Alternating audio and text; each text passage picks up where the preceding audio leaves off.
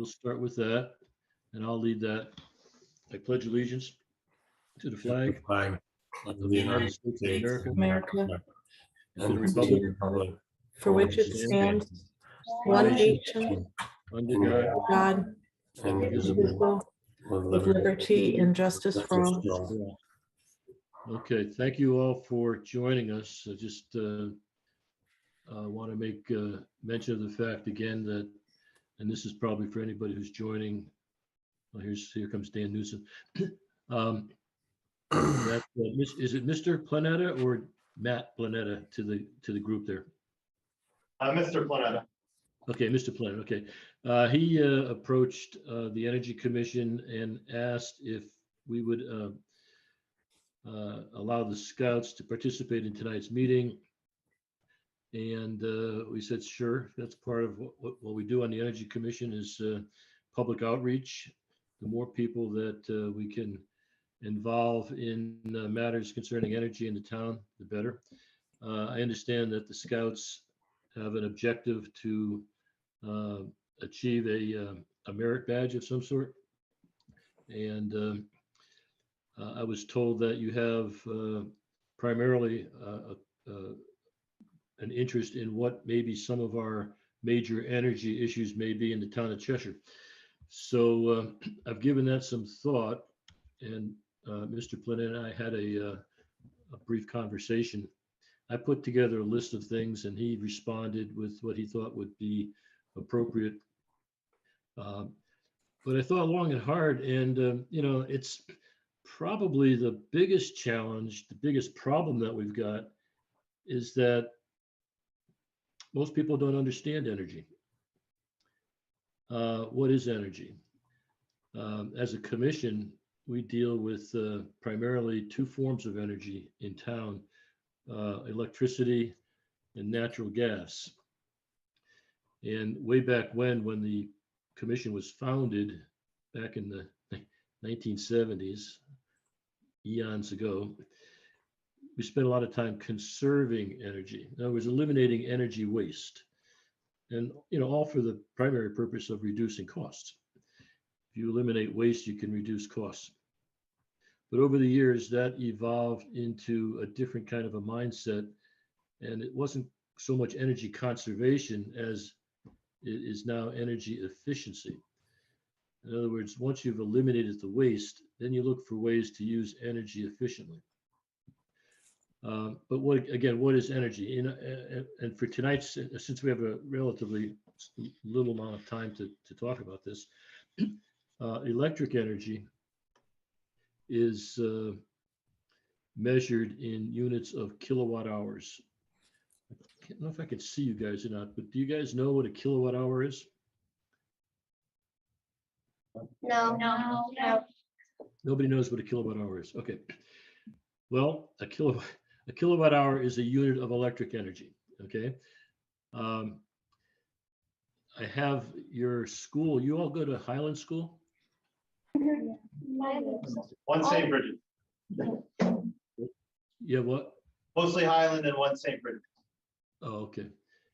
Well, I have the Highland School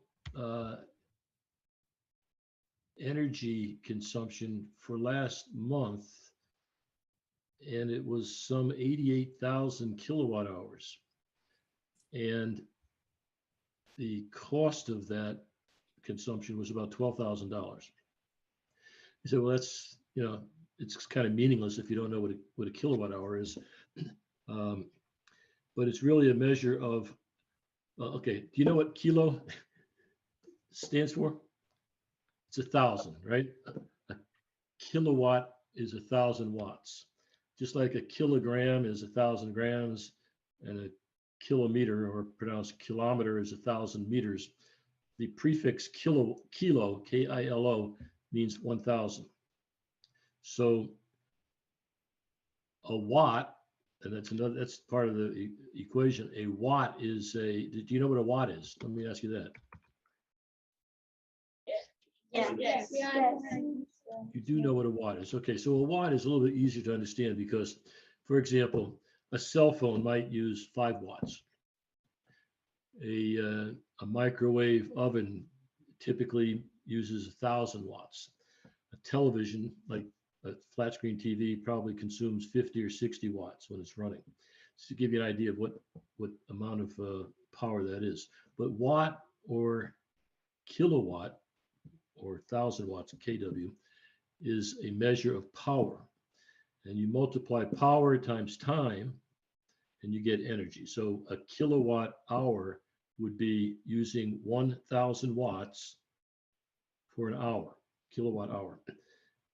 It's also true that if you used 500 watts for 2 hours, you'd get a kilowatt hour. So it's a little complicated, I suppose, for you guys. But the idea here is what we do is we have 28 buildings in town that we monitor the energy consumption. And we look at kilowatt hours for electricity, and we look at cubic feet of natural gas for thermal energy. And a kilowatt hour, for example, if you were to ask your mom or dad or whoever adult you live with, let's say, how much do they spend for a kilowatt hour? Do you think they would know? No. No. Okay. Well, this is a good exercise for you guys, really. I mean, you may not think it's important now, but later on you'll get it. A kilowatt hour for a residential structure, let's say a house, is probably averaging around 20 cents per kilowatt hour. A kilowatt hour for a building in town is more like 15 cents a kilowatt hour. And a kilowatt hour for a large industrial, like I manage in my business life, last month it went up to 30 cents a kilowatt hour because the electric company raised its rates, which is part of the problem. Because if you don't have, if you're depending on the electric company for your energy, basically they can charge whatever they feel they need to or want to. So you're kind of at their mercy. And at this time in our history, the cost for energy is very volatile. We don't know exactly what it's going to be. So one of the things that we've done in Cheshire is we've installed some solar panels. We've got 3 projects that we've done so far. The smallest and the first was to put 5 kilowatts of solar panels on the library roof. And if you look up there, you'll see that you can see them. I think there's about 28 panels up there. The second project, and the largest one that we've done, was we put in a megawatt of solar power generation at what used to be the town landfill and is now the dog park. So if you travel up Route 70 towards Waterbury and towards 84, on the right-hand side, just before you get to Darcy School, or maybe a half a mile from Darcy School, on the right-hand side, you'll see our largest solar farm, if you will, and that generates 1 megawatt, which is 1,000,000 watts, or 1,000 kilowatts. Okay. The primary reason for doing that project is that we could fix the cost of our electricity for 20 years. The company that built that project is selling the town of Cheshire kilowatt hours at 8 cents per kilowatt hour for 20 years. The price is not going to go up. So you have some kind of protection against the market volatility. The third project is a 100 kilowatt solar project at the police station, which is right in front of the school that you go to. And if you look carefully, you probably never noticed it before, but next time you go to Highland, take a look in the parking lot of the police station, and you'll see 2 arrays of solar panels, and they produce about 100 kilowatts of power. And Dan, I think all of that is used in the police station? That is correct. Okay. And we also have what they call a PPA, a power purchase agreement with the company that installed that system. And how much are we paying per kilowatt hour for that? I think that landed at 12.5 cents. 12.5 cents. So it's more than the dog park, but still less than Cheshire is paying directly from Eversource, who's the utility company, which could range from 15 cents to 20 cents. So it's an economic thing to do. I'm trying to get this so that it's simple enough for you to understand, but one of the things that I think is a challenge for us now is you all know that, or you probably should know, that the town has decided to build 2 new elementary schools, one in the northern part of Cheshire and one in the southern part of Cheshire. Now, they've decided that that's what they want to do, but whether or not it gets approval from the town's residents and taxpayers is another question altogether. We'll find that out until later on this year. But let's assume that the project goes forward and phase 1 is to build 2 new elementary schools. That would mean closing Chapman and closing Norton. What the Energy Commission is trying to get the decision makers to do is to build what's known as net zero energy schools. In other words, we would put solar. I mean, this is nothing that's necessarily cast. It's not been agreed to, but this is what we're promoting.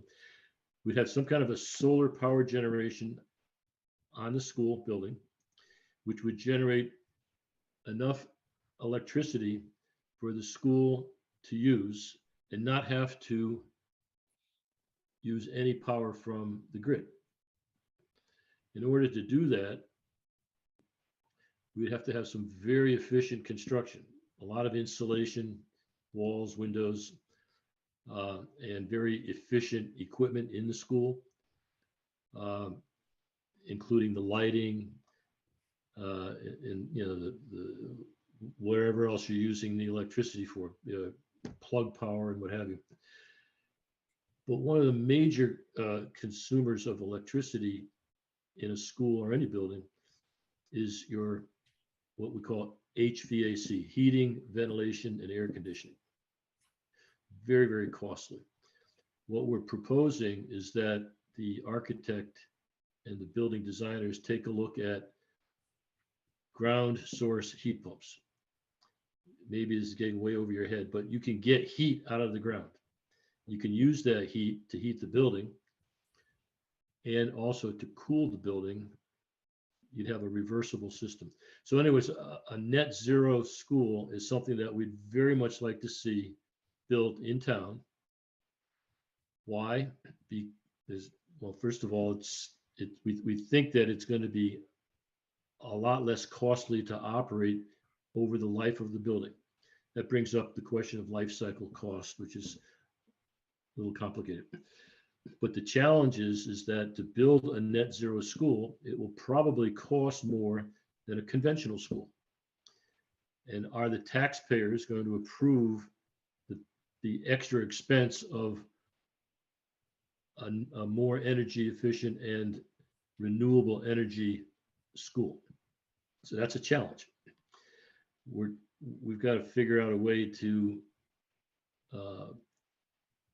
educate, I guess, and communicate the benefits of that approach. But then there's this concept today, and you probably don't know anything but you probably all heard about climate change, global warming, carbon neutrality. These are all concepts that are being talked a lot about today by people in the industry. And there's a goal by 2040, I think, to be zero carbon. That the energy system would be zero carbon. It's a very difficult goal to achieve. You may say, well, why would you want to do that? I mean, yes, it would be more expensive. And it goes back to what's the cost and the benefit. Probably the least costly way to make electricity in the United States is with coal. We don't have any coal production here in the energy production in Connecticut, but out in the Midwest, there's quite a lot of it. Coal is cheap, but it's also dirty. You can't put pollution control equipment on the stacks and try to limit the amount of pollution that comes out, but it's still dirty. Then you've got oil. Oil is also dirty, a little more expensive. Natural gas is pretty clean. You know that in Connecticut, roughly 40% of our electricity comes from nuclear power down on the shore in Waterford. Nuclear power is pretty clean. However, there are issues with nuclear. There are safety issues. I don't know when was the Fukushima disaster? How many years ago was that? I think that was in 2011. That was 2011. I remember that. And I Okay, remember Chernobyl. It was somewhere in 19 something. It was in the 1930s to the Chernobyl. I remember Chernobyl. Well, I'm glad that at least somebody knows and has heard about it. I was afraid that I was going to ask you about it, and it was before you were born. I don't know. It doesn't seem like it was that long ago to me. But anyway, well, okay. So if you have any sense of what's going on in the world right now, you know that there's a war going on in Ukraine. Okay, there was a nuclear power plant in Ukraine called Chernobyl.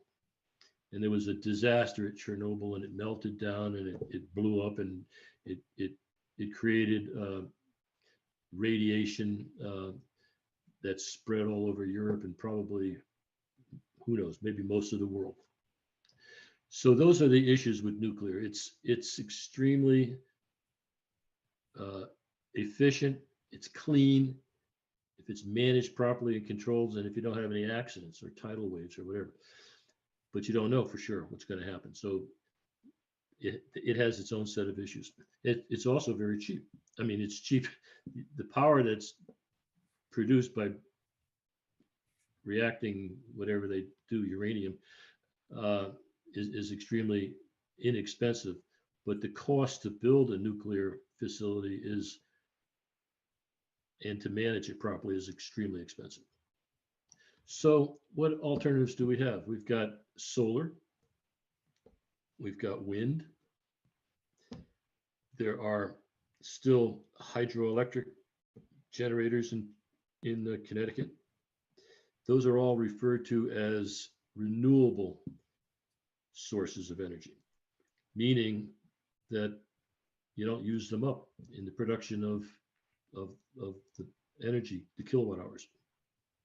Not true with natural gas or coal. I guess to an extent, a nuclear power plant uses up the uranium, but and then you've got to get rid of the fuel rods somehow safely. But they're known as non-renewable, and that's the problem. I mean, coal can be cheap, and oil can be relatively cheap, and even natural gas today is probably considered to be the most cost-effective way to make electricity. It's not going to last forever. I mean, it's just not. It's not technically a renewable resource. Hey, Rich, Like sun. here's the ISO New England fuel mix for New England right now, and you can break out the renewables if you'd like to see it. I could show it to you. Go ahead. So there's what we're using currently. It breaks down what's being used, and then Can't if you read it. Can you just quickly review it? so 43% of our power in New England's coming from natural gas, 24% nuclear, 16 hydro, 10% from renewables, and the rest is coal, oil, and other.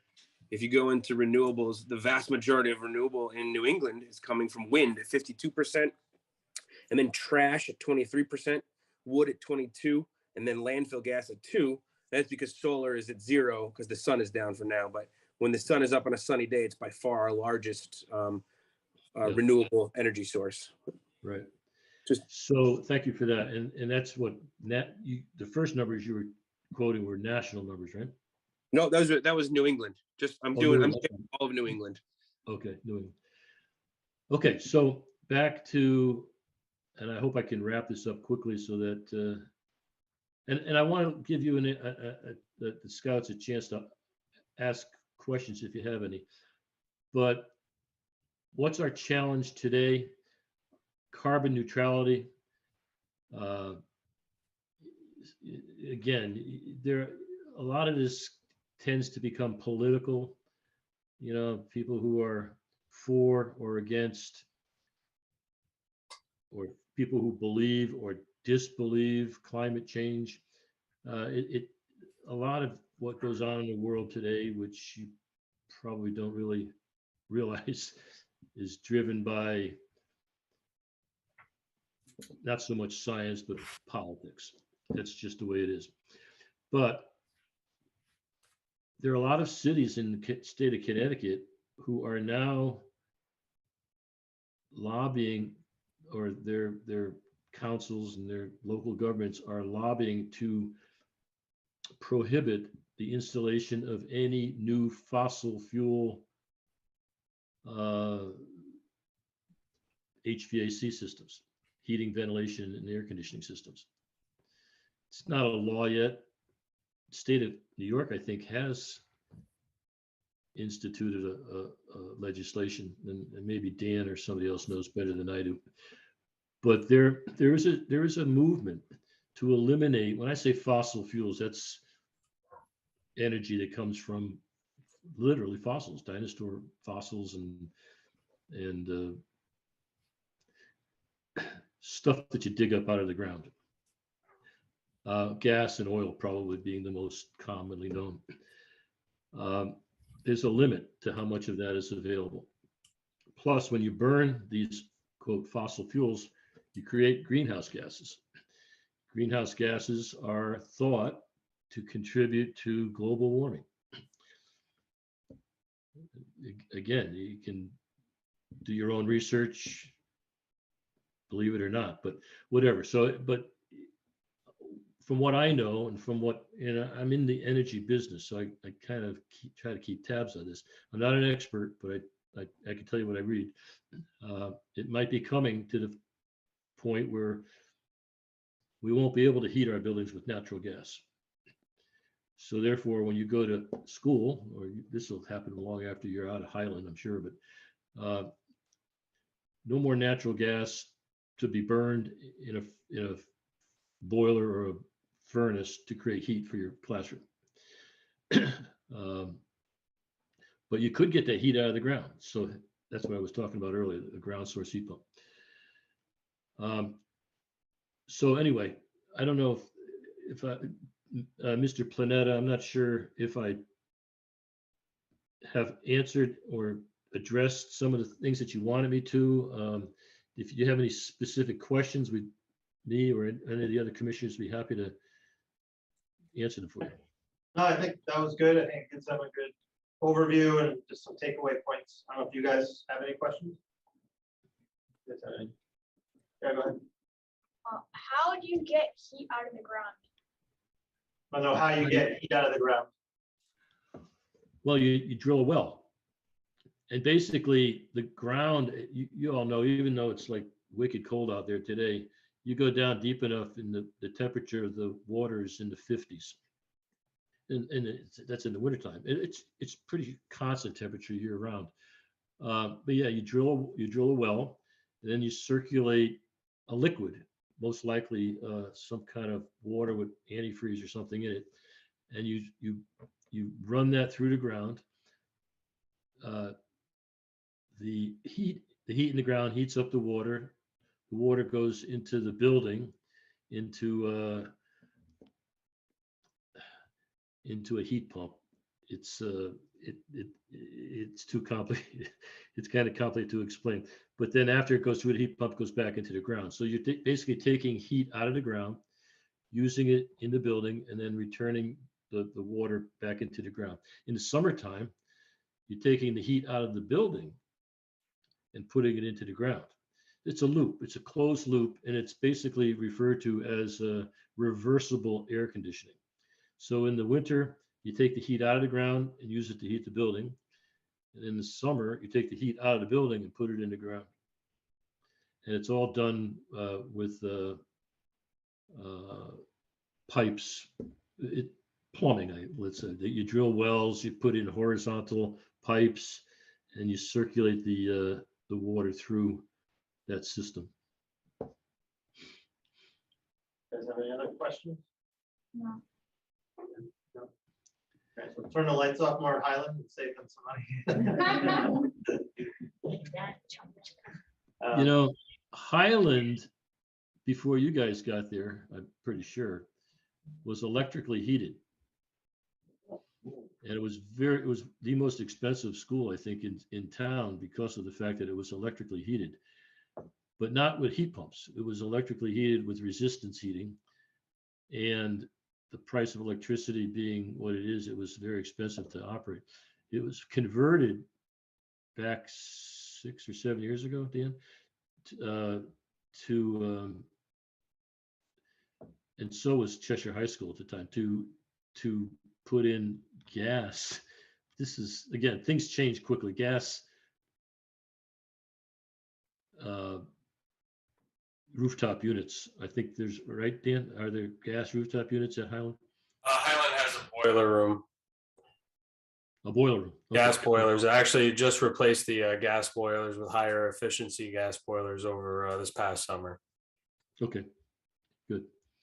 All right, guys.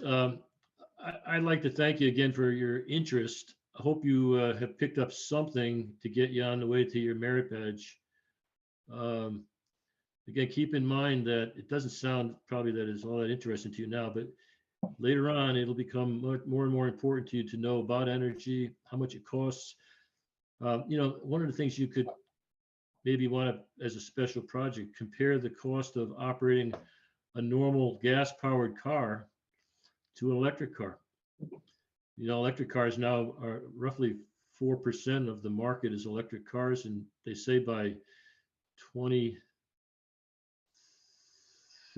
52% are going to be electric cars. Why do people want to buy electric cars? Well, some people want to buy them because they think they're cheaper to run. Other people want them because they're snazzy and jazzy and they're kind of cool to have. A lot of people buy them because of their environmental benefits. But and again, like I said, I'm not an expert, but I read today that if you want to drive your car 100 miles, a gas engine car, 100 miles, my car, it would take me about 4 gallons of gasoline to do that because I get about 25 miles per gallon. So just simple arithmetic, 4 times 25 is 100. They say, and I don't know if it's true or not, but what I read today was that an electric vehicle would consume 35 kilowatt hours to go 100 miles. And we talked earlier about what is a kilowatt hour, right? So 4 gallons, do you know how much a gallon of gas costs? The Scouts, do you know how much a gallon of gas costs? Like 3 something?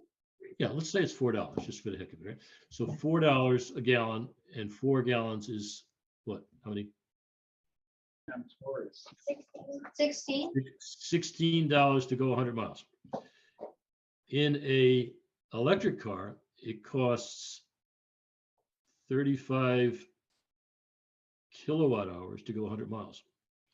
If you charge that electric car in your garage and it costs you 20 cents, how much would it cost for 35 kilowatt hours? 5 times 25. How much? 5, 25. 6, 7, What's- 80. 20 cents times 35. Well, I'll tell you, it's $7, right? So, right, if it was 10 cents, if it was 10 cents a kilowatt hour, it would be $3.50. So twice that would be 7. So it looks like it would cost $7 to drive an electric car 100 miles, versus $16 to drive a gas car 100 miles. I'm just telling you the numbers that I saw today. I'm not going to attest whether it's true or not, but I do believe that it does cost less to drive an electric car. Now, what's the downside? They say it costs a real lot of money to replace the battery when it has to be replaced. And they're more expensive. So you have to decide whether it's worth paying the extra money for your electric car to save on the operating costs. And that's the same kind of an analysis that the town has to make when it builds its new schools. Should we build more expensive net zero schools or just put up a regular school? That's the way it is in life. Always comparing the cost versus the benefit of something. And that's all I got to say. Thank you for coming. I really appreciate your interest, but take some of what we talked tonight back to your parents or whatever, and maybe you can talk about it further with them. Any other questions? Appreciate it. Okay, guys, take care. Good night. Good night. Bye-bye. Bye-bye. Okay, all right, so they're gone and we have to this is a official meeting, right? Because we do have our quorum, right? 1, 2, 3, 4, we got 5, and Walter is in New Mexico. So I didn't print my agenda. Where's my agenda? Okay, so we called the order. We have the quorum. We did the pledge. The minutes for the previous meeting. Does anybody have any comments?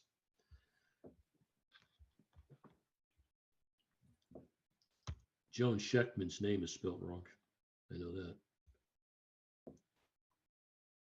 You're muted, Ann. You got to unmute.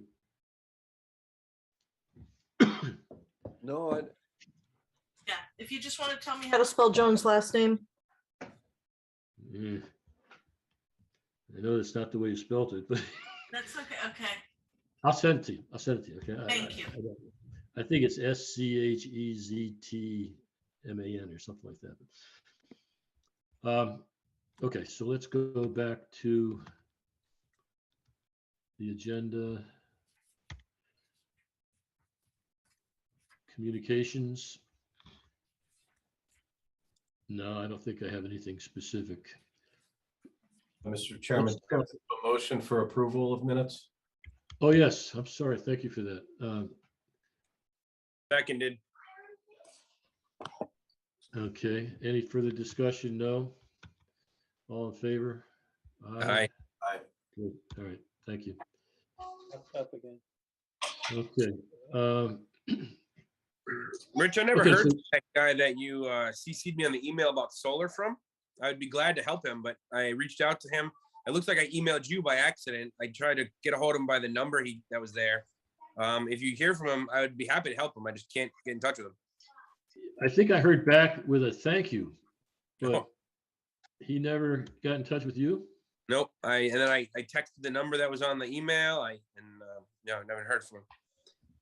All right, well,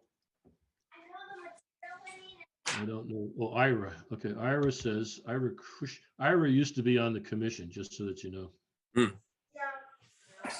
He says, thanks for the information. He just sent it to me. Thanks for the information. I will follow up on this. And that was on Friday, February 25th.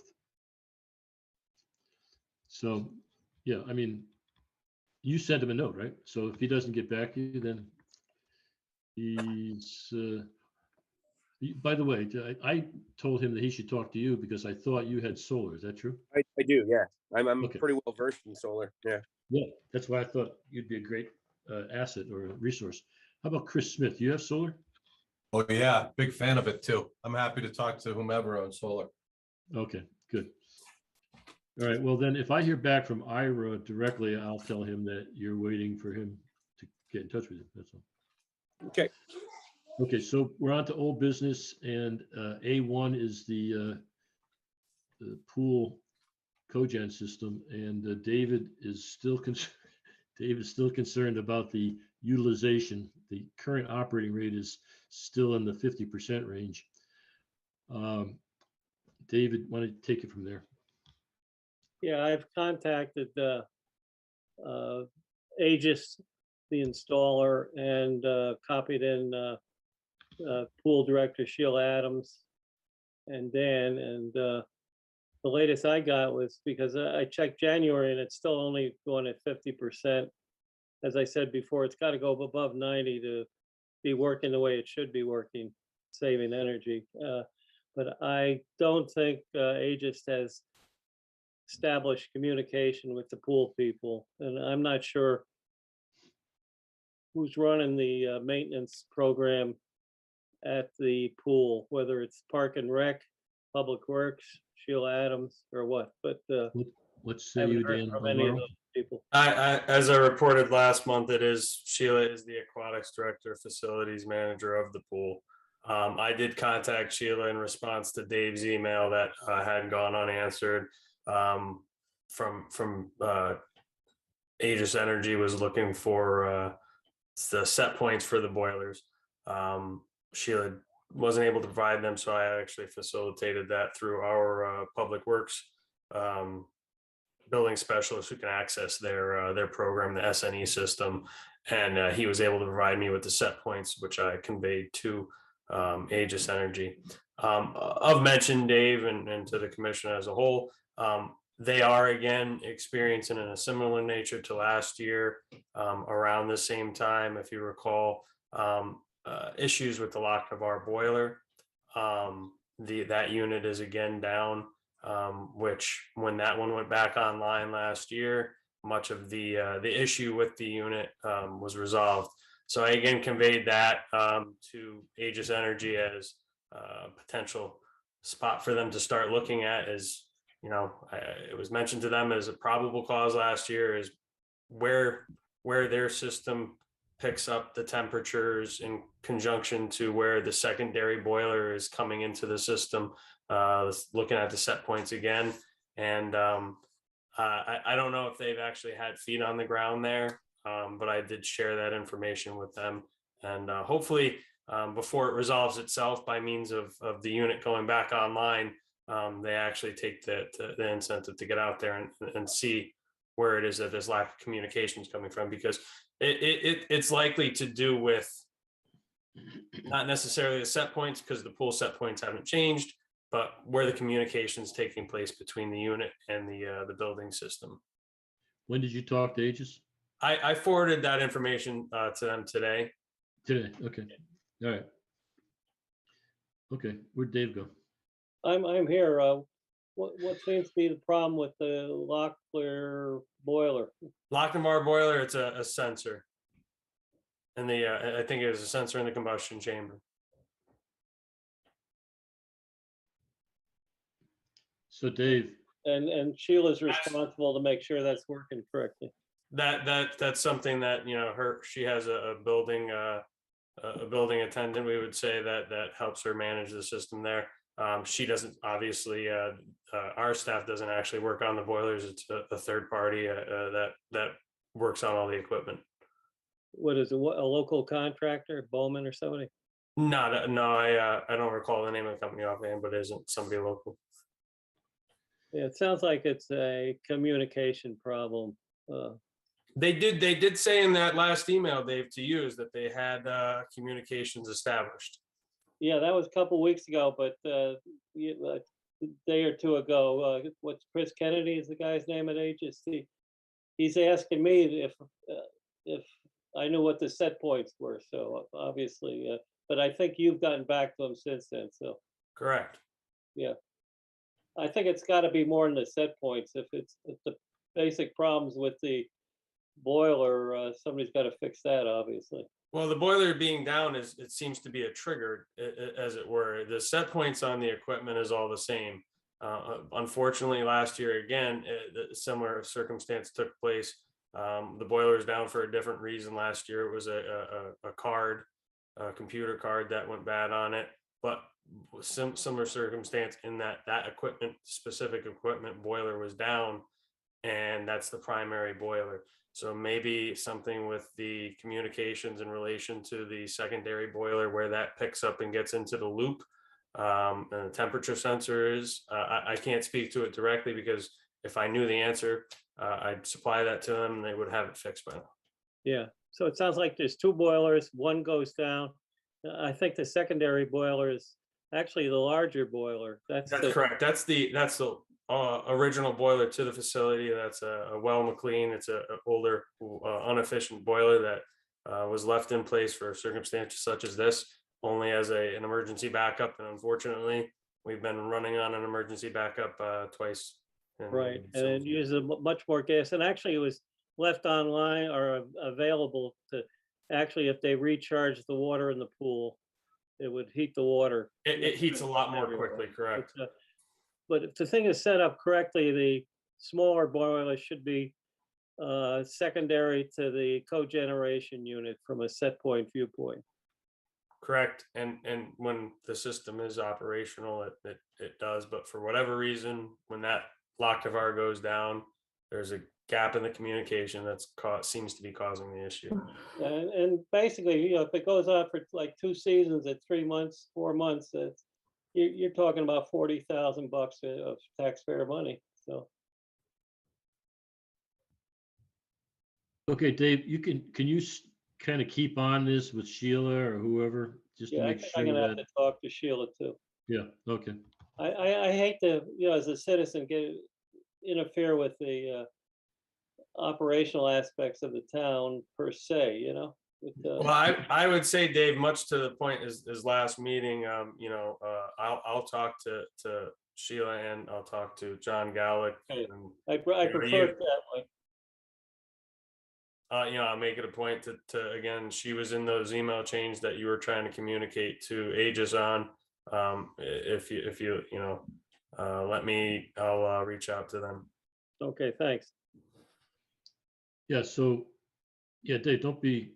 Oh, I too- won't walk away from it. Yeah, I mean, you're on the Energy Commission. It is an Energy Commission project. It is supposed to save and be cost effective. And if it's not running, it's not. So, it's really it's not just that we want it to be running for the sake of it running. It needs to save energy, money. I mean, what was it going to say, 35,000 a year? 40,000 a year, and it's supposed to pay off in 4 or 5 years. Yeah. If it runs half the way, it's going to take 10 years to pay off. I think the last spreadsheet that they gave you, Dave, it had a tab in there that showed their projected savings over the last year were $26,000. Yeah, that's not bad, but it could be 40. Correct. I mean, we are seeing the issue take place, 2 consecutive winters during the coldest months, unfortunately. But Okay, let's move along to this second item, Bartland Park concession stand. I don't remember if we resolved that last month or not. Did John we Golick say didn't that? even talk about that.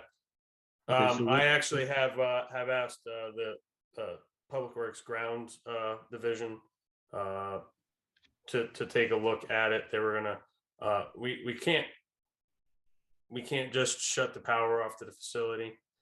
There's hoods in place with fire suppression equipment in there. If we decided to shut that down, especially during the winter months, it could be an extremely costly avenue. So they were gonna evaluate that with the assistance of an electrician. I haven't had an opportunity to catch up with them on that.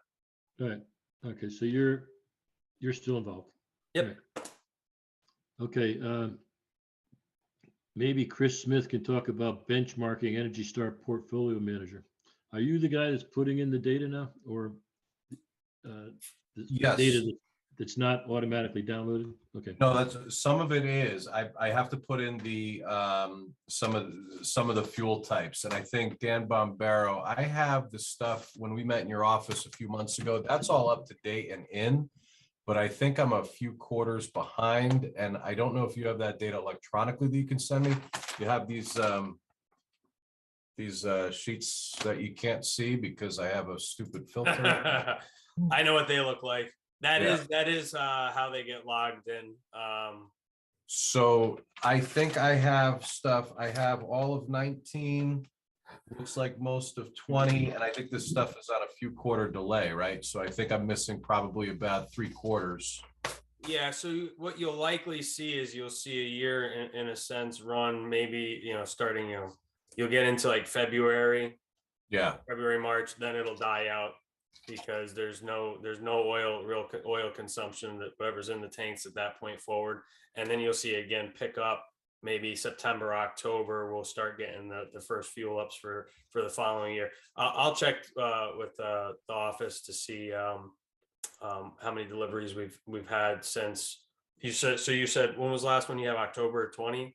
no, I think I need that third quarter on for 20. So I need the last quarter of 20 and whatever you have in 21, and then we should be up to date because I'm sure we don't have these numbers yet. Correct. Right. Hey, Ann, Yeah, how do I share a screen? Oh, I can give you Host right here. disabled. Multiple per. All right, you should be able to share. Go down where it says share screen Yep, I'm on the doing that. bottom. And go to the screen that I want to share. Yep, click on it.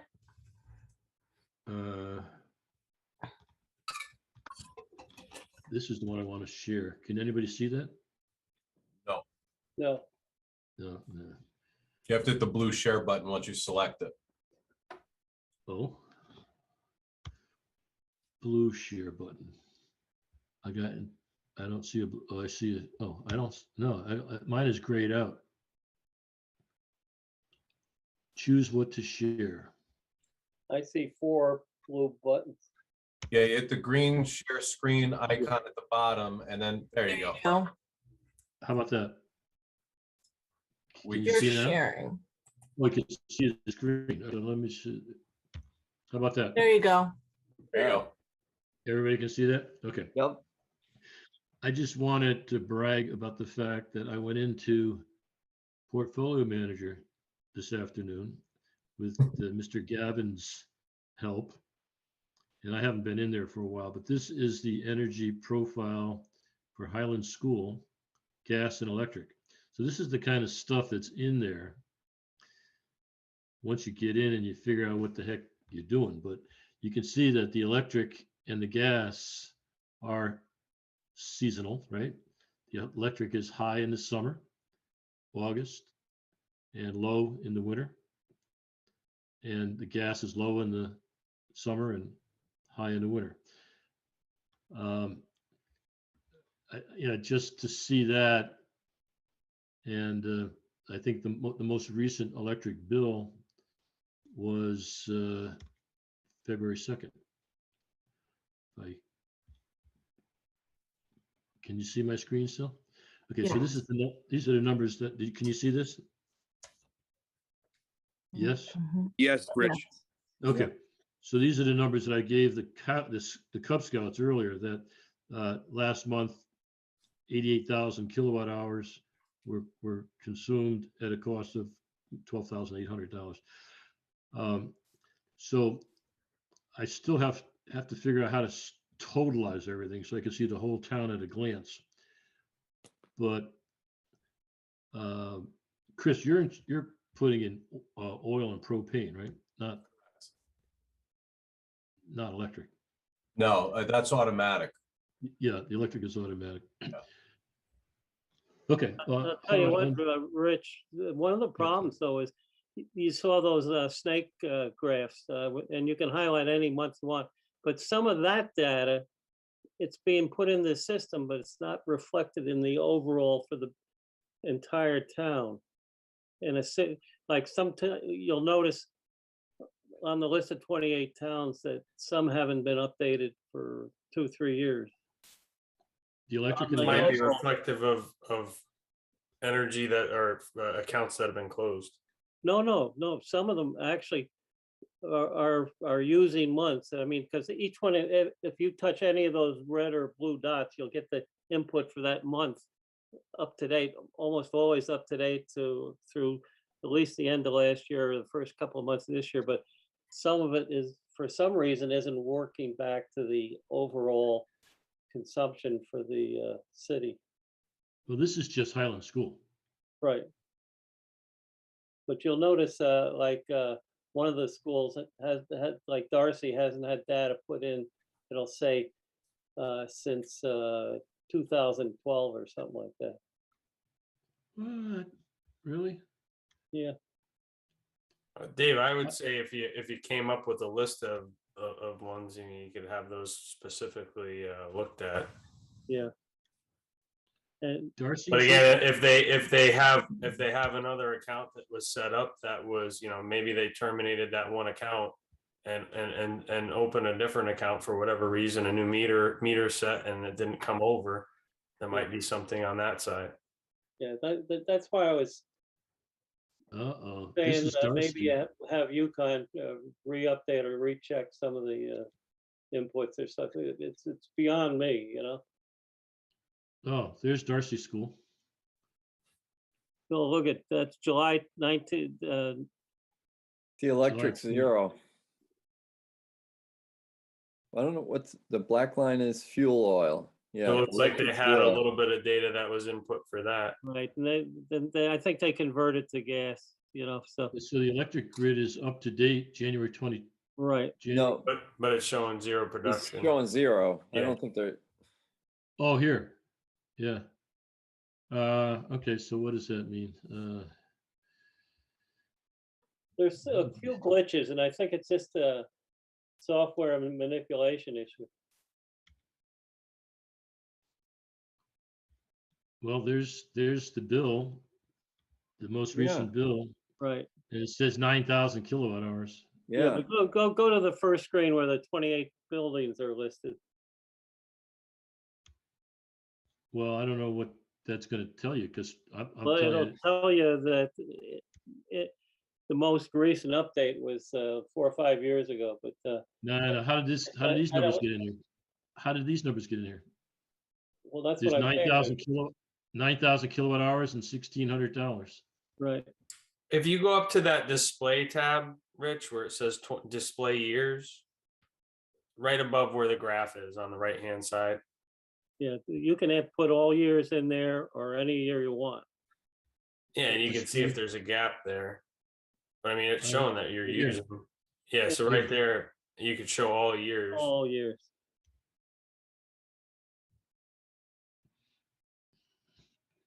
Well, if it's missing data from 5 years ago, I don't really care. It's just, but look at there's seems to be data there. All the data is there.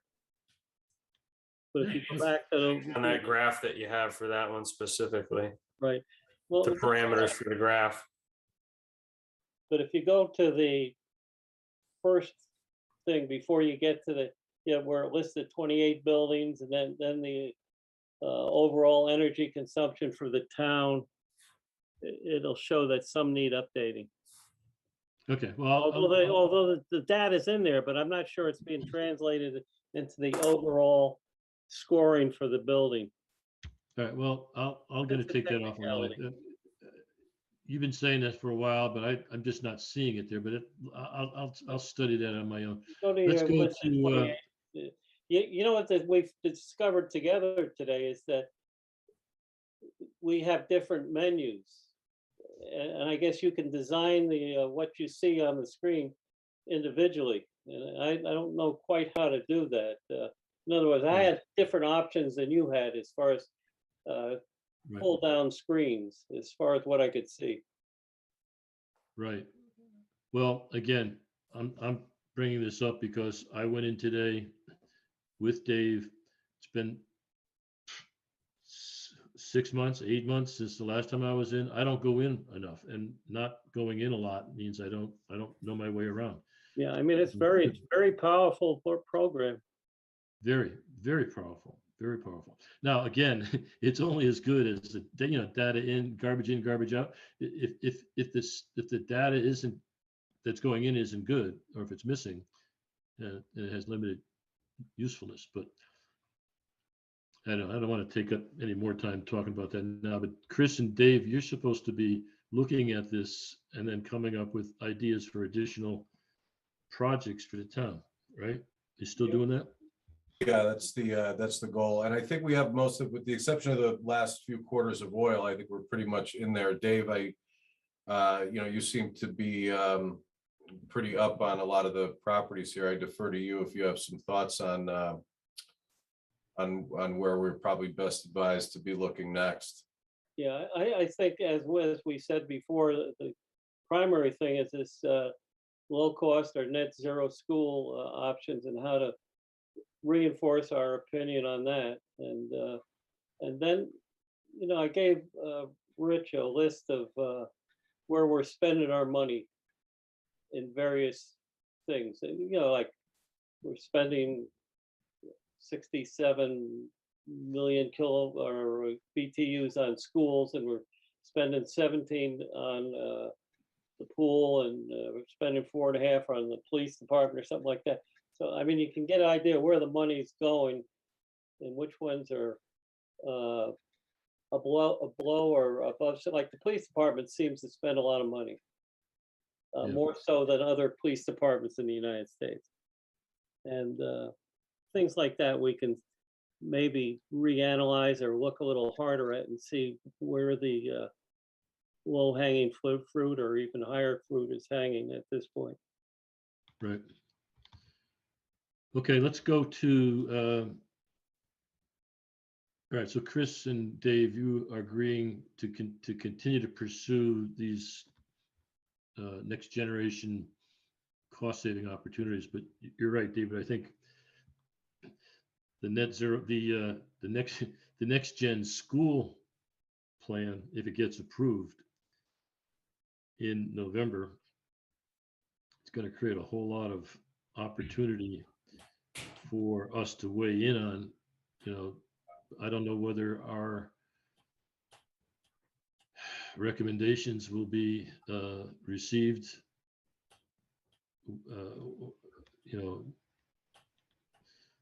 with I don't know. I mean, who knows?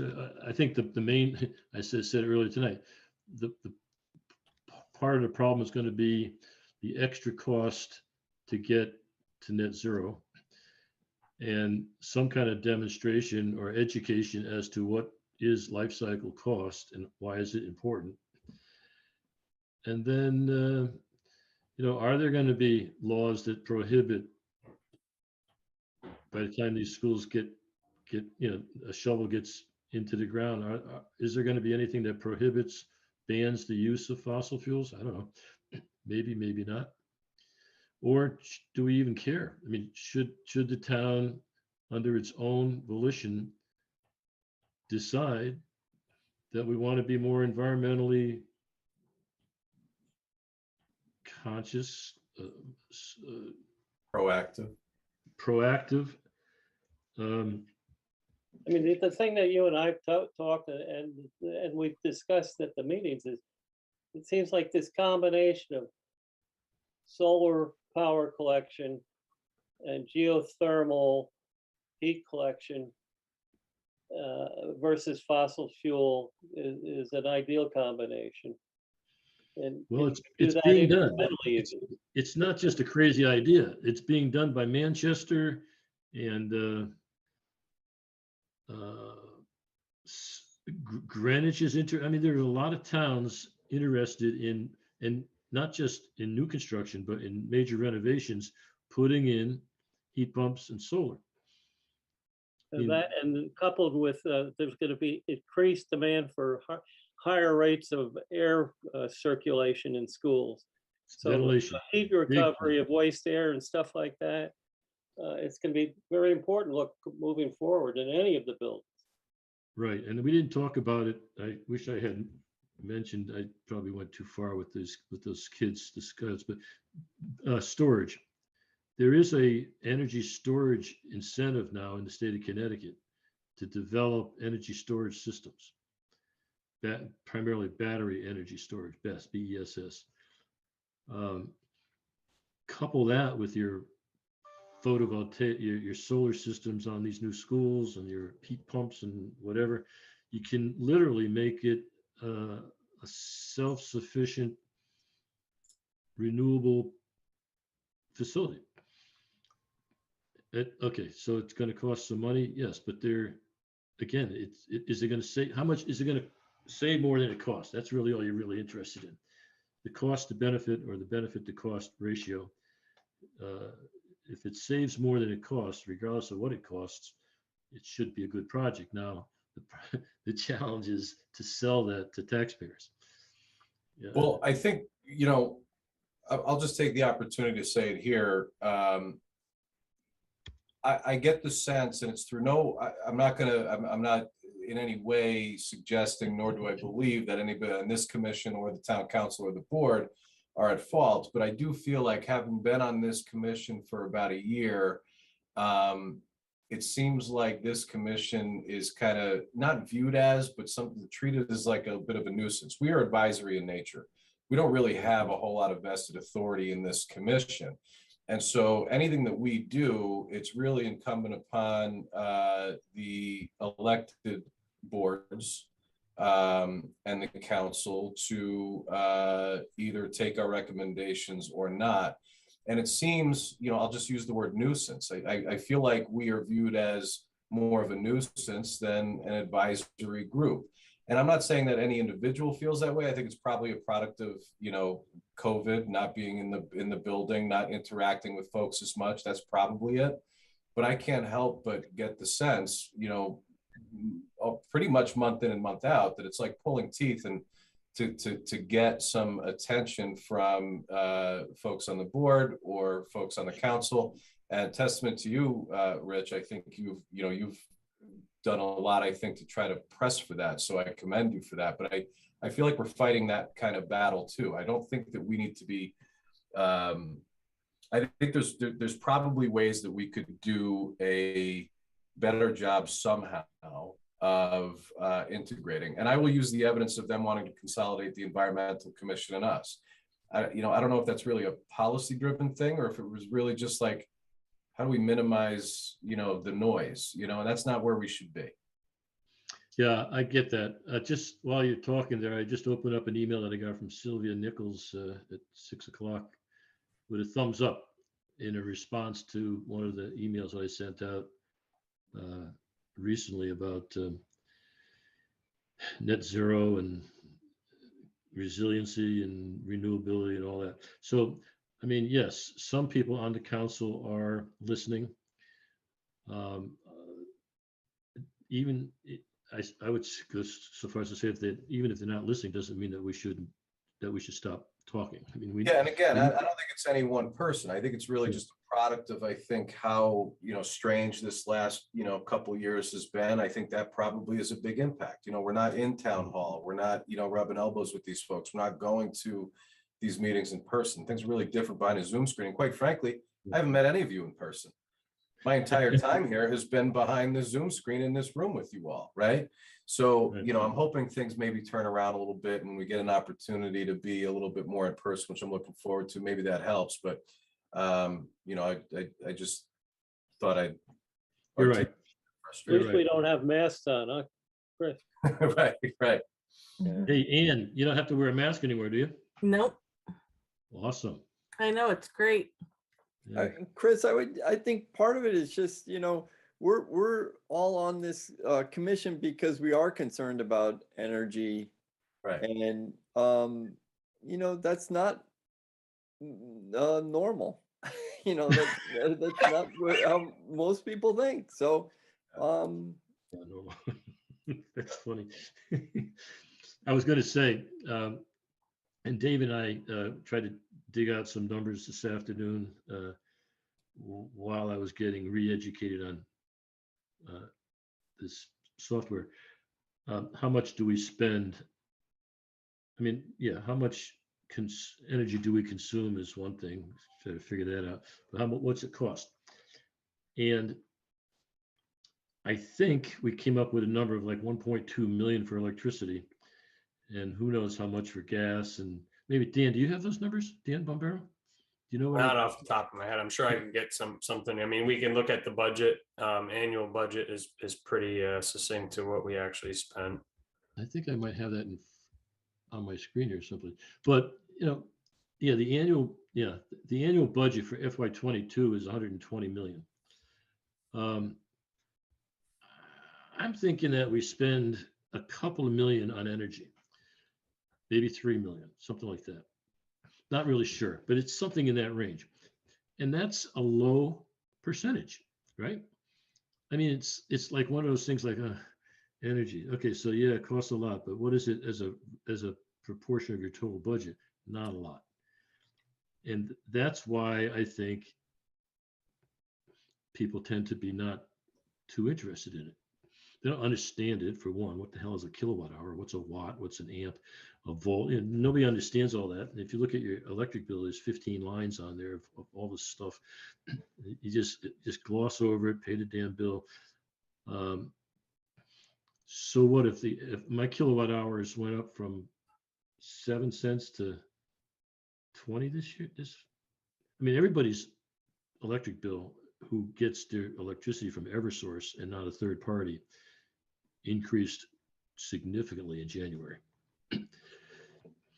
I haven't heard anybody complaining about it though. Not sure why. But even so, I mean, let's say the average person spends what, $200 a month on electricity? Man, every time I go out to dinner now, it costs $150. It's crazy. So what is your energy expense compared to other stuff that you have in your budget? It's really not a lot, right? I mean, would you agree? I mean, it just doesn't seem like it's not a real. Well, the heat bill is quite high in winter. What's your heat bill? Mine's $102. Oh, really? Mine's like 600. 600. Yeah. Well, that's 6 dinners out. Yeah. Get $100 a dinner. 2,000 every time I fill my tanks. Huh? Mine's 2,000 every time I fill my tanks. 2,000. There you go. I mean, I got Well, a yeah. pretty big house, but yeah. Yeah, that's what we were talking about earlier. That's yeah, we're not energy independent. I mean, that oil is now going back up to record Yeah. levels. Yeah, And, that could, if Chris's cost could double, we don't know. It yeah, could get, and he's got no control over it unless he digs an oil well someplace. I mean, he got no control. You could convert to natural gas. but that's going up too. You could put in a heat pump. You could put in heat pumps, those distributed heat pumps. Yep. Then your electric bill goes up. I don't know. Of course, and I'm then. going to go on a big tangent. I just, you had mentioned, Yeah. we're looking for municipal projects. We're looking for all that stuff. And I guess I was just trying to lead into, it was just sometimes a little disheartening. But I don't think it's anybody's fault. I think, Rich, you identified a lot of the challenges, and I think I identified some of the challenges. So Yeah. the question is, I rely on you, Dave Gavin, to help identify some projects. Dan, Bombero, if you can get me the 21 numbers, we'll get those loaded in, and then maybe we can think about different ways, and maybe it's more long-term to have more of an impact and engagement. Maybe that is, Rich, I think not last month, but the month before, I was asking if we actually had a, kind of an energy strategy. I know some other towns around the state have done it. I've looked into just high level what we did. And I think somebody mentioned that we had one from maybe a few years ago. I mean, maybe it's time to sharpen the pencils and take that on as a project this calendar Yeah, year, yeah. maybe re-upping that or something, Yeah, we had not a strategy, but a policy. We put that together a long time ago, maybe 10 years ago. Yeah. Dan Bombero, is there any way to get that back? Because that Michael Milone was the town manager at the time. He asked us to put it together, and I put it together and I sent it to him. It was an energy policy, municipal energy policy. Well, we had a percent, if you look at the energy portfolio again at the first page, and you look at the BTUs between 2011 and 2021, I think it is, the town is, at least using those numbers, the town has reduced its BTUs by 33%. Yeah, Now, that's a very significant number in my mind. it is. That's through mainly through conversion to gas and more efficient buildings and whatever, our program, some solar, et cetera, et cetera, et cetera. Lighting, LED lighting, occupancy Right, sensors. LED streetlights, et cetera, et cetera. Should That might conversion to, feel yeah, safe. Dave, would conversion to gas reduce the BTUs at all? It could, yeah, it could. It certainly reduces the carbon emissions by more efficient operation in most cases, going from oil to gas. It just burns cleaner, More but efficient. it's still fossil fuel, right? But I mean, the solar had an impact on that and better built buildings and what have you. But I mean, those are real numbers. I mean, we've seen a reduction in the cost. The cost of energy has really decreased by going from Not electric the price, not the price, but the cost. the cost. Yeah, yeah. But that's largely because of I mean, at reduced the pool, we're consumption. using half the energy dollars that we were using in the old building. It's gone from electricity, at least, it's gone from 500,000 kilowatt hours to 225,000 kilowatt hours. Yeah. Okay, let's, we gotta keep going. Okay, so clean energy, opportunities for solar carports, PV arrays, charging stations. That's kind of a standing item. A lot of those opportunities might come out of this, looking at the portfolio manager and seeing where we ought to put them. Dan Bombero, what do you have on the Quinnipiac bathroom renovation? That project's going to be going out to bid next couple of weeks. Okay.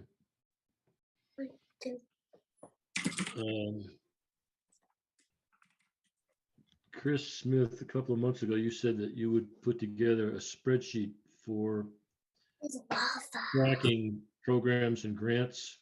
That's under item F. Yes, and I think I had sent out an email actually, it probably goes back to November, actually, Rich. And I think I only got something from Dan Knutson, so I think I have one entry on there. Let me reboot that, and if folks want to take a look, I will find that email before we wrap today. I think we had was it the Green Bank that we missed the boat on, so we're going to try to do that next year. And then there was one other thing that I think, Dan, you sent me, Knutson, but I don't remember. So let me just bump that email back up. But yes, that is on my list. I just didn't have anything to add to it. Yeah, there was the last month we talked with Paul Michaud and Dean Fisk and David Veliver about a program called SAM.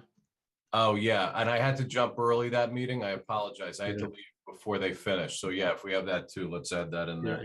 Yeah, that we missed because it had to be, well, we didn't miss it yet, but we're never going to make March 14th is the deadline for submitting to the auction.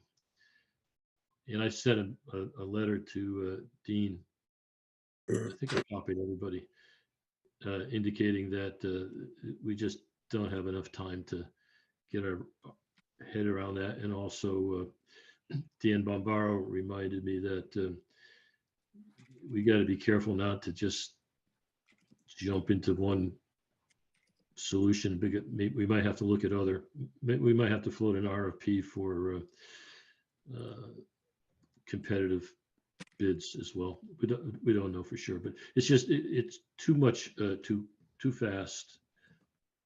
And so we're going to miss it. Rich, the only way that you can anticipate that is we have to assign a member of the commission to, that's their full-time assignment to be prepared for the next one, whether it's getting the RFP organized or maintaining contact with the population that are doing these things, or because it seems that they seem to just jump on us, and you got weeks to. Isn't Andrew Martelli the new bid guy or the bid Dan Bombaro? He'd be a grant writer.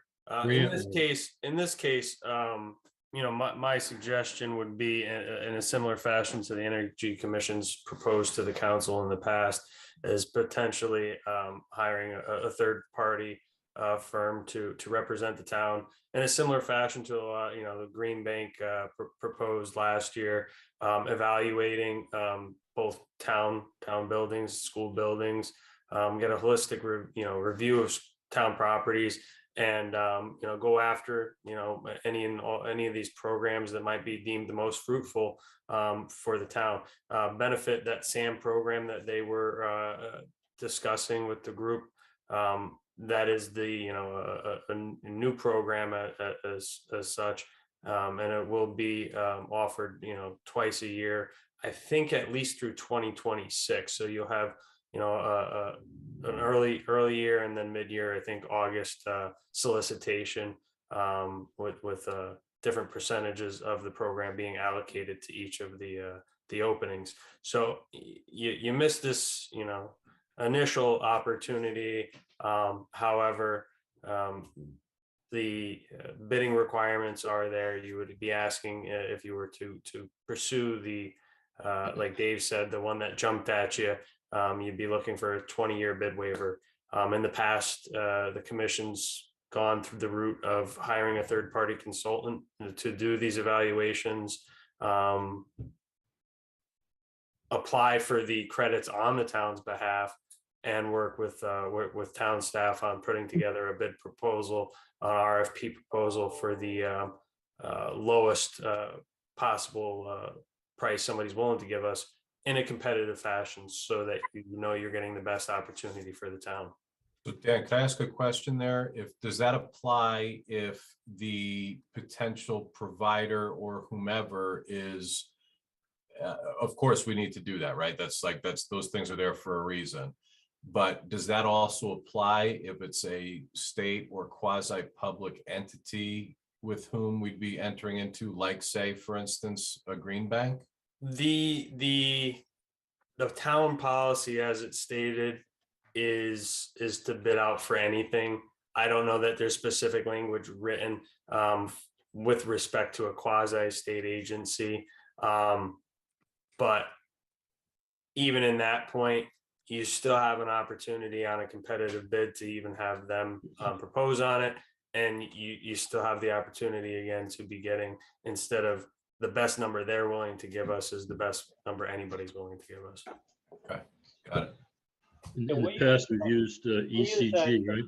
So we use that procedure for the townwide energy program. We use Celtic Energy or something like that out of Connecticut to do that. And then we've also used it for the another program. What was it? One Dan, EPS or something like that. The solar, was it the solar farm? And both the solar farm and the carport were done in a similar fashion. To the Rich's point, we believe it was ECG. I do know that the Board of Education has been working with a group, whether or not you go through a bidding process and see if you can get them to bid on it, and then they've already got a background with the schools, or you look at the opportunities that are out there. Having a third party, be on board to represent the best interest of the town and not the best interest of themselves as a entity is a safer option. do you have any connection with ECG? I do not. I can actually look through some of the old paperwork that we have. Yeah, I know they were last year, I think, when we were looking at the. He had a pretty good relationship with them. Is he still is Walter still on the payroll at all? No, Gankart? sir. Who? Walter Gankart. He used to be Moha. He's retired for over a year now. yeah. And we have all the paperwork from when we dealt with them last time. I'm sure we can reach out to them or somebody Yeah, else. if you could collect that information, and I can, or I don't know if it would be appropriate for you or me to contact them and ask them to give us I don't know, Do we have to get a council approval to hire ECG? I would expect that. I think, being as your advisory capacity, it would be a suggestion to the council to evaluate potential solar opportunities or potential energy saving opportunities by means of a consulting third party and seeking their blessing to allow you to pursue a vendor for that. Okay. All right, let's do that for next month. And if you just collect whatever. I'll get some information, with respect to the process through the manager's office and see what it is that, you need to do. Okay. Okay. Next item was, I don't know about tree trimming. I see a lot of Asplin trucks running around town. They are Asplin, right? The orange trucks? Mhm. They're all parked down at the Cheshire on the basketball court there. Oh, which, by the way, I drove by the basketball court at Cheshire Park last night, and there's why are the lights on? Dan Bombaro. I could check into that. I wouldn't be able to speak to why the lights were on unless it was for security purposes. Pretty high intensity lights. They're right. I think there's a tall pole with maybe two fixtures. One goes to the left and one goes to the right, but they look like 1,000-watt lights. I don't know what they are really, but it was very bright. Obviously, there's nobody playing basketball at 7 or 8 o'clock on a Sunday night. Yeah, it was just on the basketball courts. You were? I'm saying the lights were just on the basketball court. Yes. Oh, yes. Yes. Yeah, I was not playing basketball last night. I thought you said you were on the basketball court. No, the lights were just on the basketball court. The rest of the park has pole lights with LEDs. It looks like not a problem. I mean, you could justify that for security, but the basketball court itself was lit up like it was seemed excessive to me. Maybe they're on a timer or a sensor and it's not working correctly. I don't know. Okay. Let's see what else we got here. Oh, Coalition for Sustainable Cheshire. Dan Newton, you might have something to report on the use of the portfolio manager Missed. for Sustainable Cheshire. I did talk to Fiona. Yep. And we haven't connected yet as far as meeting. We're going to talk about it more, but we'll do it this month. Our schedules didn't match up last month.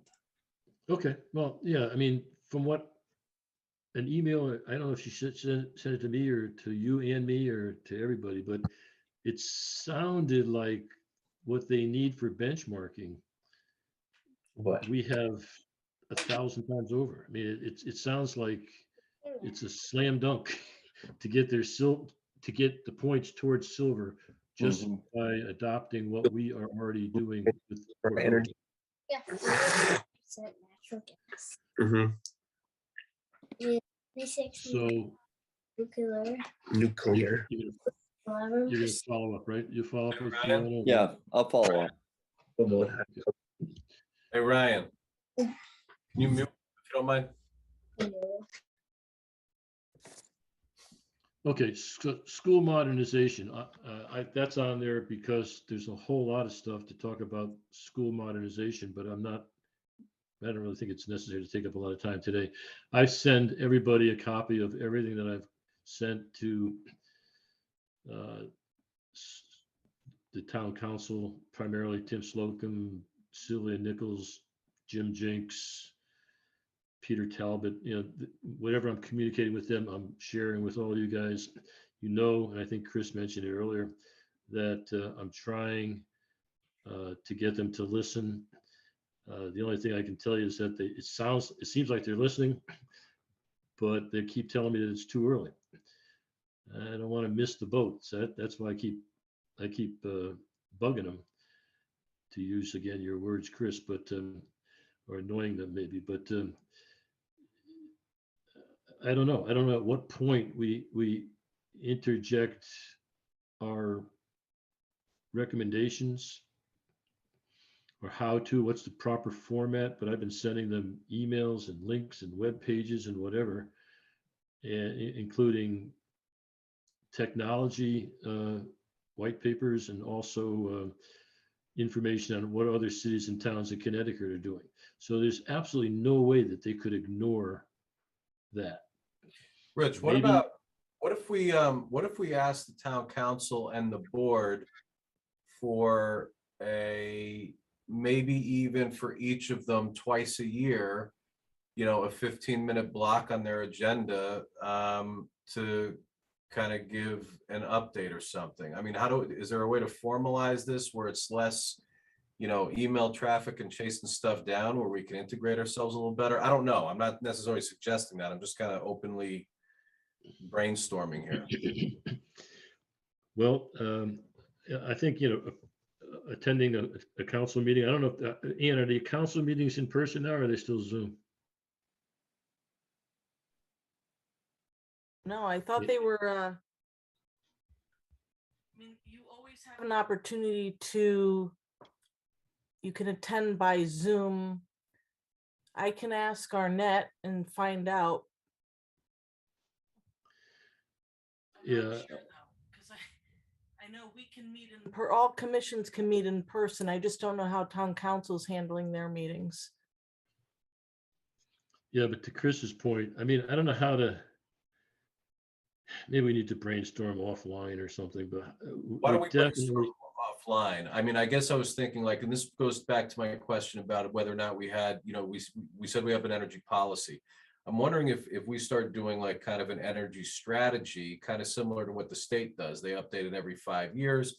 I mean, maybe it's not worth it, maybe it is, but if we craft something like that, then we at least have a framework around which we can make better, more forward-thinking and organized responses or recommendations to our legislative body and to our Board of Ed. And I think if we have something like that, it perhaps is a little bit more digestible for them as perhaps not just one-shot opportunities, but maybe more kind of holistic energy planning. who would approve the plan, Well, the policy? I guess the plan, I guess what I'm saying is I'm sure there's no shortage of ways to do it. But if we were to do something on our own, using our advisory capacity, we advise that the council, here's, maybe a way to start is this is, maybe takes us several months or even a year to get it done as a commission. And then maybe that's something we can present to the council for potential adoption or a resolution acknowledging or, whatever format is necessary. And then that strategy would be the lens through which we look at opportunities that are new or existing. And when we're trying to get input from the council or the board, assuming they approve our plan or acknowledge it in some way, then there's accountability. Now, that's a huge task, right? I'm not minimizing that.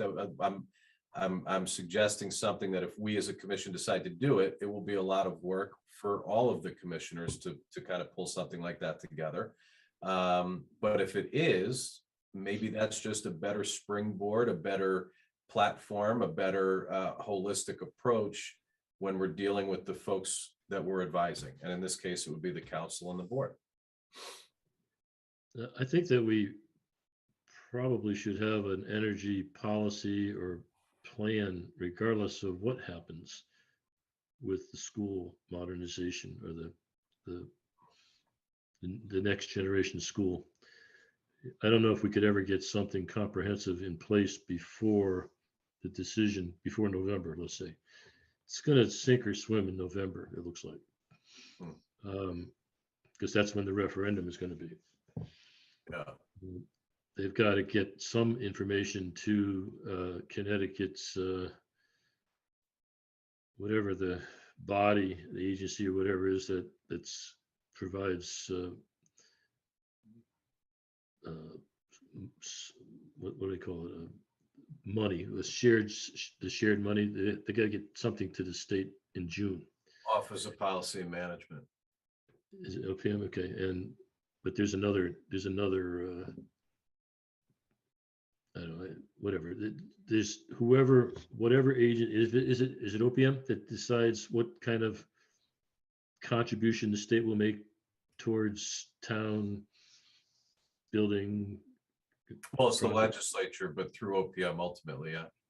Okay. So something's got to get in place, and before that committee or whatever agency in June. I don't know to what extent the design has to be complete. I think it doesn't have to be 100% complete, but you have to have a concept. And I've been led to believe that they are now looking. They want it's necessary to include. I don't know if it's lead is the right terminology, or but some kind of sustainability package. They're looking. The state is encouraging sustainable construction. So I guess by inference, that means that they're willing to look at additional cost to create a sustainable building. I don't know if it's of an environment, a LEED type building, LEED, silver, gold, whatever it is, or if it's not. But there seems to be an appetite by whatever agency that decides how much of a contribution you're going to make for efficient renewable projects. Now, that doesn't mean net zero necessarily, but it certainly means something that's not just cookie cutter, run of the mill standard construction. Right. Oh, you're talking about the school one. You're right. You're right. That is Department of Administrative Services. It moved back over from OPM just this year. Yeah. So again, if you read the emails that I send out, and I don't blame you necessarily if you don't, but if you want to stay on top of it all, it's all there. But as you said, Chris, it is a little bit fragmented because there's no. It's just Rich sending out emails, or Sylvia responding, or Tim responded. Tim Slocum responded. I don't know if everybody gets the response. So that's probably, maybe we need some kind of a centralized and concerted effort on our part to put it all together and put it before the council and say, hey, this is what we want to see. What do you say? And if they say, no, somebody's got to be accountable. Somebody's got to be accountable if these two projects that are going to be, what, 40 million apiece? Something like that. Does anybody remember what the price tag is for these two schools, Dan? Do you know? It's at 35, 40, whatever it is. It's a lot of money. And we have the opportunity to embed life cycle cost benefits. And if they don't, somebody's better answer to that. In my opinion, I'm just giving you my opinion. I think the time has come and gone for just doing low first cost. It's not the way to handle it. Low first cost is not the way to handle it. But we got to convince the council, and we got to convince the town taxpayers. Right. And who's We going to do had that? talked about doing an editorial about that. Yep. Well, if we're doing that, we should probably plan to work offline. Dan, if that's something that you want to draft up for consideration, maybe we can't all meet separately from a noticed meeting, but a couple of us could. And if that's something that we want to get in, we should probably be thinking about doing that, in the next month. Yeah, I agree. Okay. Yeah, an editorial. Yeah, in Cheshire Herald. I don't know if we have. Do we have a secretary? Since Paul left, Chris is the vice chair, right? Is there somebody who's the secretary? No, somebody's got to. We used to have when Paul Michalowski was a commissioner, when he was among the living. Unfortunately, he passed away, but he had connections with the Record Journal and Cheshire Herald, and he was able to get, you know, their reporters to write up nice articles and in support of the projects that we were working on. I don't think we have any way to do that, but if we, Dan Knutson, if you could start something, Chris, I can certainly Sure. add to it, be happy to, and then take it to the Herald and say, look, we want to get this before the residents of town before it's too late.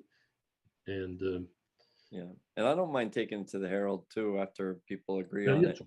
it. They're easy to work with. yeah, And I think the signer of it should maybe not be us as individuals, but rather the Energy Commission collectively, especially if we have consensus on it. That probably has more power. yep, yep, Yeah,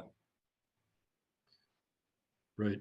That will make our efforts, at least to me anyway, seem a lot more meaningful. Because otherwise, we're just spinning our wheels talking about all these good ideas, but not necessarily getting anybody to help implement them. But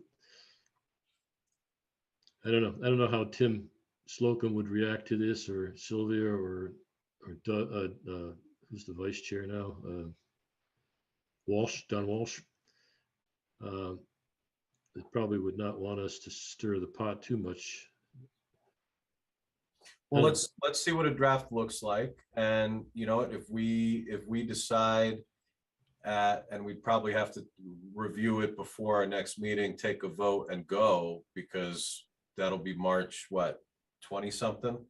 I mean, that's probably the time by which we want to get it done. You know, there's always, I mean, who knows? Maybe we decide that, you know, it's not the right tone, but let's take a look at something and figure it out. And if we do it and we take a vote, then maybe we give our counselors, you know, a day or two heads up that we're putting it in. And, you know, that's Yeah. just a courteous thing to do. Yeah, yeah. Okay, Dan Knutson, can you kick that off, or at least Yep. start it? And yeah, okay, good, sure. excellent. On the new business, we had 3 items. The first of which, that link evidently is not an automatic link. You got to cut and paste it, but it's basically it takes you to a page that talks about it's an EverSource program it's a new program for residential renewable energy solutions. And it's complicated. I can't even just begin to talk about it here on this call, but if you're interested in this program, put that link into your URL and you can read about it. We talked about the Arrow of Light Pack 114. We did that earlier tonight. And just a note, we talked about charging stations a little bit. No, we talked about electric vehicles a little bit, but the federal government has committed something like $50 million to further develop the vehicle charging station infrastructure. And Connecticut is getting just under $8 million share of that. So you can see that, you know, there's stuff going on in the world of electric vehicles, including obviously these charging stations. I can send you some information that I saw today. I read today in a presentation that, you know, I don't know how much you all know, but we have the level 1, level 2, and the I can't recall what it's called, but there are obviously developments in charging. I think it's rapid charge is the third one. And a level 1, your car could sit connected to that outlet for overnight, and you might gain a 10 or 15 miles. A level 2 is much faster. And a rapid charge, I think you get nearly a full charge in 30 minutes or something. So the technology is there.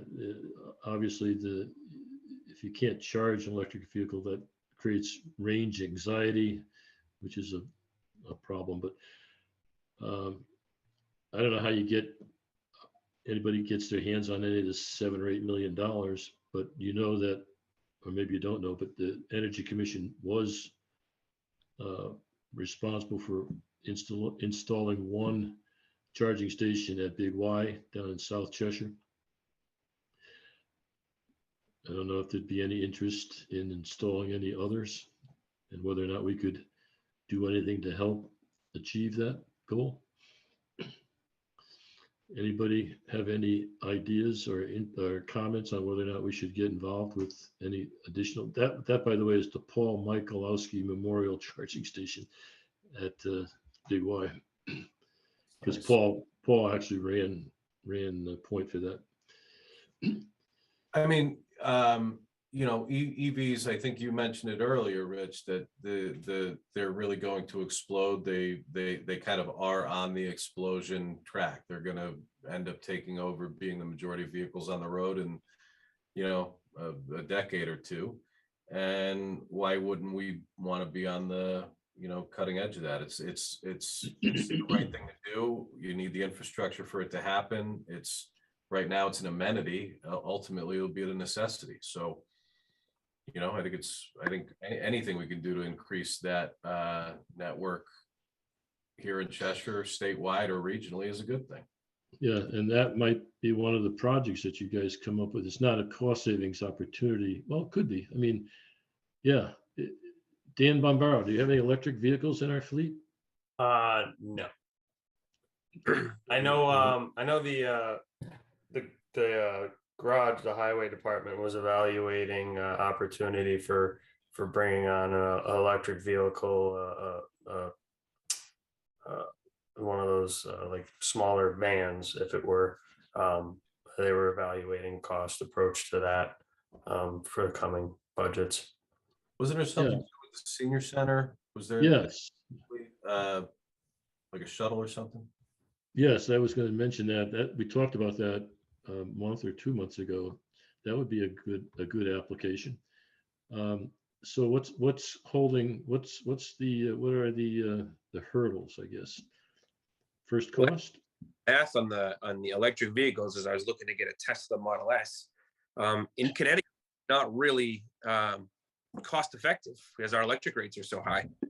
So if you're trying to save money in that way, I'm not sure that's the best use of the money, because I mean, what are you gonna give power to a couple cars? But I mean, you're not really saving much. And if you're trying to reduce pollution with the fuel mixture that we have in New England, you're not really even doing a good job of that either. Yeah, but what about solar? Now, if you can power it by solar or full renewable, that's great. I just don't see how you're going to be able to do that, and I don't know that that's the best use of. What's going on? What is that? Is that somebody sneezing or? It's my dog. Is it really? Oh. No, but isn't this an opportunity? You have solar power generation, battery storage, electric vehicle. I mean, and now they're saying that you can use the electric vehicle to feed energy back into the grid. It is possible. We talked about that months ago. I mean, I think Fairfield or one of the southwestern Connecticut towns was working on that project, a project like that. You're right. I mean, if you're going to buy power from the grid and spend 20-30 cents a kilowatt hour, who the hell knows what it's going to be next year, then maybe it's not a cost-effective venture. But if you can make it on your roof, right? And you'd be better served dumping money directly into buying solar panels or something, and owning them, buying them, and then you have free electricity from that's benefiting for X amount of years. Once you pay the upfront cost, there's no additional cost. Or there's also there's a small wind turbines you can get that you can place. I don't know how much land they need for those, or some of them go on the top of buildings, but something like that would be an upfront cost one time and then just give you free energy forever, or however long it works, right? Yeah. But what's the capacity of your solar system on your house? I have about 15 kilowatts. I made like 74 kilowatt hours today.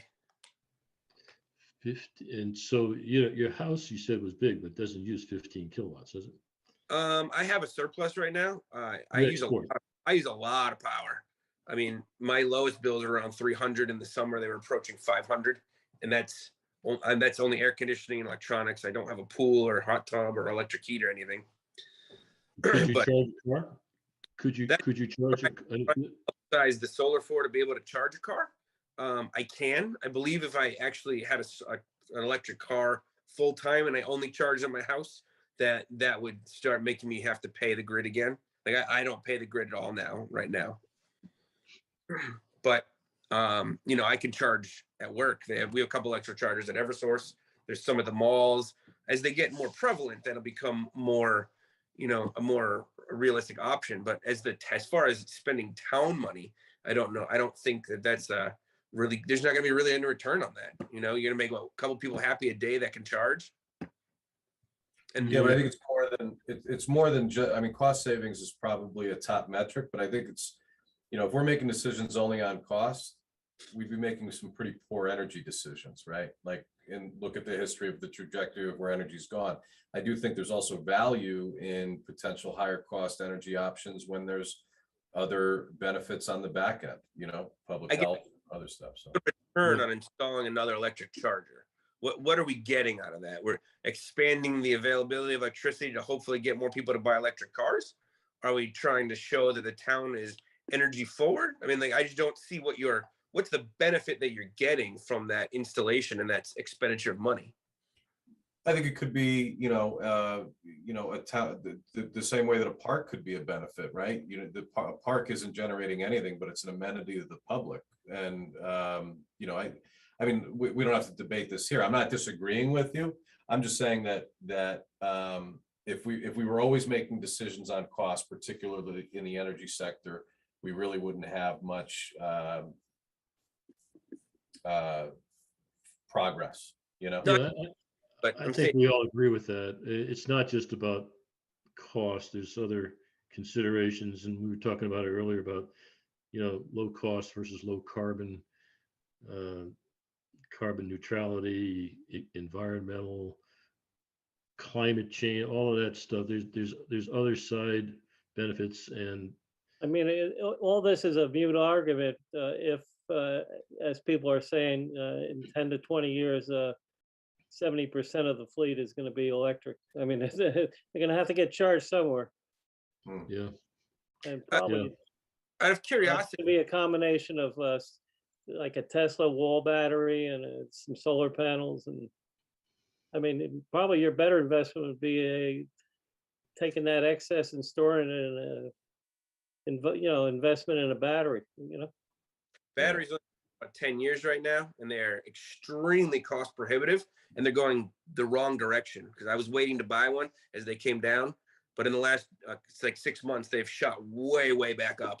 So in September, it was $17,000 for 20 kilowatts of stored battery.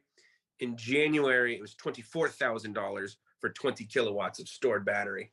So, I mean, I'm tracking that because I want to add them so that I can use my outage.